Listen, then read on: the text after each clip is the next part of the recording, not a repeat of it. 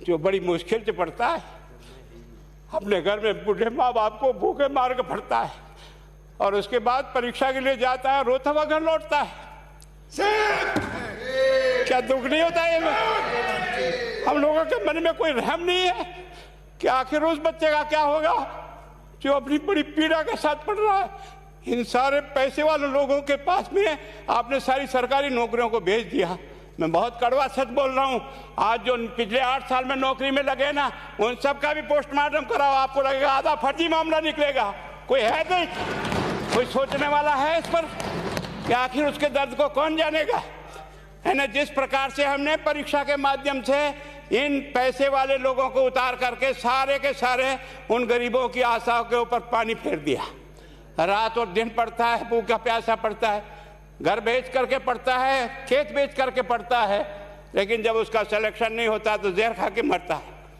कोई इस पीड़ा को समझने के लिए तैयार नहीं है। और हम इस कानून को ला करके दुनिया को बताना चाह रहे हैं कि हमने इतना बड़ा कानून कर दिया, इस कानून से कुछ भी नहीं होगा। मैं आज आपको कह रहा हूँ, ये जो आपने नए प्रावधान जोड़े हैं, मैं सोचता हूँ कि मुझे कुछ बोलने की इच्छा नहीं, मुझे बहुत दुख है इस बात का। क्या होगा ये?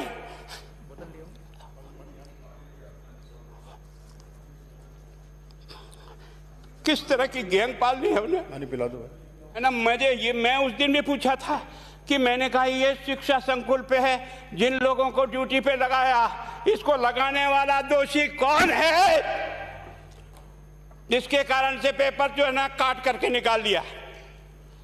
ये तो ठीक है, भाग्य हमारा अच्छा था कि सवाई माधोपुर की घटना खुट गई और एसओजी को उसमें हाथ में लग करके कुछ केस लग गया। अगर वो केस नहीं लगता तो आज आपकी सारी नौकरी पर इन सब बड़े बड़े दलालों के स्कूल में पढ़ने वाले बच्चे होते और मेरा गरीब का बच्चा अपना घर लौट के जाता। क्या दुर्भाग्य है।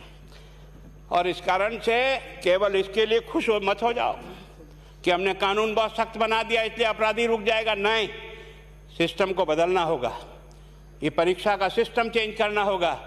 मैं सोचता हूँ कि क्या हम इतने अक्लमंद बैठे हैं, क्या इस व्यवस्था को चेंज नहीं कर सकते?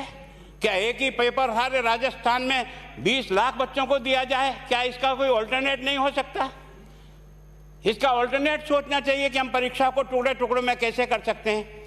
जिले के अनुसार पेपर नहीं, एक नहीं हम 25 पेपर बना सकते हैं। कौन से सेंटर पर कौन सा पेपर जाएगा कोई तय नहीं करेगा कौन सा जाएगा, और हम जो इच्छा होगी उस सेंटर पे वो पेपर भेजेंगे। और ये जितने भी प्राइवेट कॉलेजों में आपने सेंटर बना रखे उनको बंद करो, इनको तुरंत बंद करिए एक ऑर्डर से। जितने भी सरकारी विद्यालय है और सरकारी नौकर ही एग्जामिनर बनेगा और एग्जामिनेशन करेगा, तब तो आप इसको बचा पाओगे। ताकि आप और मैं कितने भी कानून बदल कर दें, आपका वो जांच करेगा, आपका वो अधिकारी आएगा। आपने कहा भाई सेशन जज के नीचे नियुक्ति नहीं होगी, इसके अलग से कोर्ट होगा, बहुत अच्छी बात है। प्रोविजन जो आपने डाले हैं वो स्वागत योग्य, स्वागत करता हूँ, पर इन प्रोविजन को लागू तो आप और मैं ही करूँगा, कौन करेगा? जब हम ही ठीक नहीं है तो इन प्रोविजन क्या रोएंगे अंदर बैठे बैठे? जब तक हमारा दिल और दिमाग ठीक नहीं होगा ना, इस बीमारी का इलाज नहीं होगा। हमने शिक्षा के मंदिर को भ्रष्टाचार की भट्टी में जलाकर खाक कर दिया।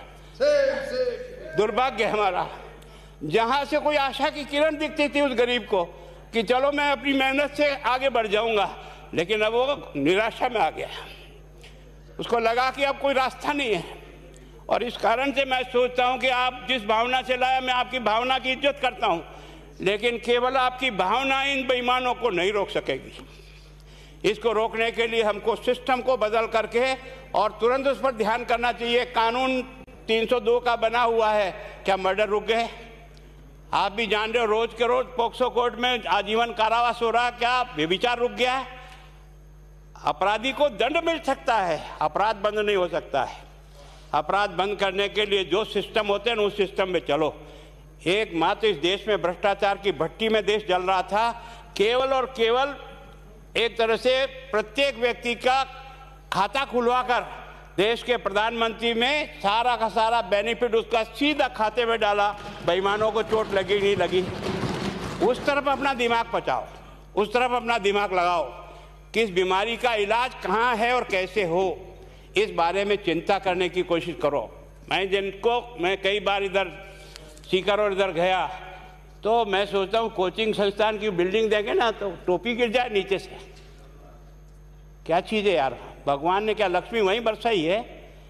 और जो बाकी संस्थाएं, उसका कारण यह है कि हमने अपनी दुकान को इतनी कमज़ोर कर दी है कि जहाँ बच्चे अच्छी तरह से शिक्षा लेकर के हम जैसे गरीब पढ़ करके यहाँ आ गए, अब वो रास्ते नहीं हैं। और इस कारण से मेरी बहुत विनम्र प्रार्थना है, इस बीमारी का इलाज चाहिए बच्चे को, कानून से नहीं होगा, कानून के अलावा होगा, और उसमें आप करें। धन्यवाद। Thank you.